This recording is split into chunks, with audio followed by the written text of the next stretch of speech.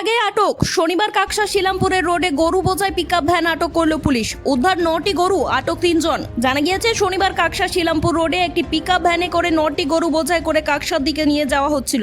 DVC খালের কাছে BJP কর্মীরা গাড়িটিকে আটকাতে গেলে গাড়ির চালক গাড়ি ঘুরিয়ে বিরুডির দিকে পালানোর চেষ্টা করে বলে অভিযোগ।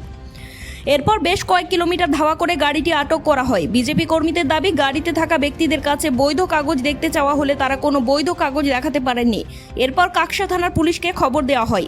পুলিশ ঘটনাস্থলে পৌঁছে গাড়িটিকে আটক করে এবং গাড়িতে থাকা 3 জনকে আটক করে থানায় নিয়ে যায়। গাড়িতে থাকা 9টি গরু উদ্ধার করা হয়েছে।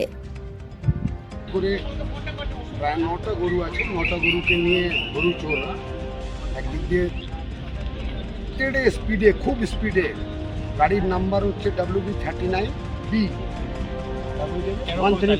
1345 এই গাড়িতে করে দ্রুত গতি থেকে নিয়ে যাচ্ছিল। আমাদের ভারতীয় জনতা পার্টির 4টে ছেলে মিলে গাড়িটাকে ধাওয়া করেছে। ধাওয়া করার পর গাড়িটাকে ক্যানেলের কাছাকাছি ধরতে পেরেছে। গরুগুলো বয়স কিরকম হবে? গরুগুলো কিছু গরুগুলো হচ্ছে 7-8 বছর বয়সের, বাকিগুলো ছোটো ছোটো বাছুরগুলো আছে, ছোটো ছোটো 1 বছর 6 মাস, আবার 2 বছরের গরুগুলো আছে। কয়েকটা গরু বড় গরু আছে, দুধ দেওয়া গরুগুলো আছে 4-5টা, বাকিগুলো সব। এটা আপনার কেস এফআইআর কিছু করেছেন তো? কাকসা থানায় আমাদের টিমের মধ্যে কয়েকটা ছেলে গেছে। বজরং দলের পক্ষ থেকে বা হিন্দু পরিষদের পক্ষ থেকে কয়েকটা ছেলেরা গেছে। ওনারা এফআইআরের কাজ করতে भाई भाई हिंदू भाई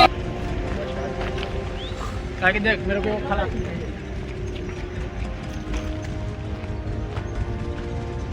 ए चाबीटा कই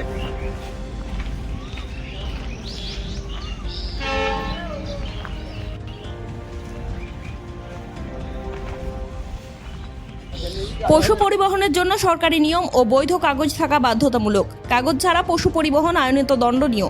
পুলিশ গোটা ঘটনার তদন্ত শুরু করেছে। উদ্ধার হওয়া গরুগুলিকে পশু হোমে পাঠানোর প্রক্রিয়া চলছে। ধৃতদের দুর্গাপুর মহকুমা আদালতে তোলা হয়েছে। কাকসার আপডেট পেতে নন স্টপ এক্সপ্রেস টিভির সঙ্গে থাকুন। দেখা হচ্ছে পরের খবরে।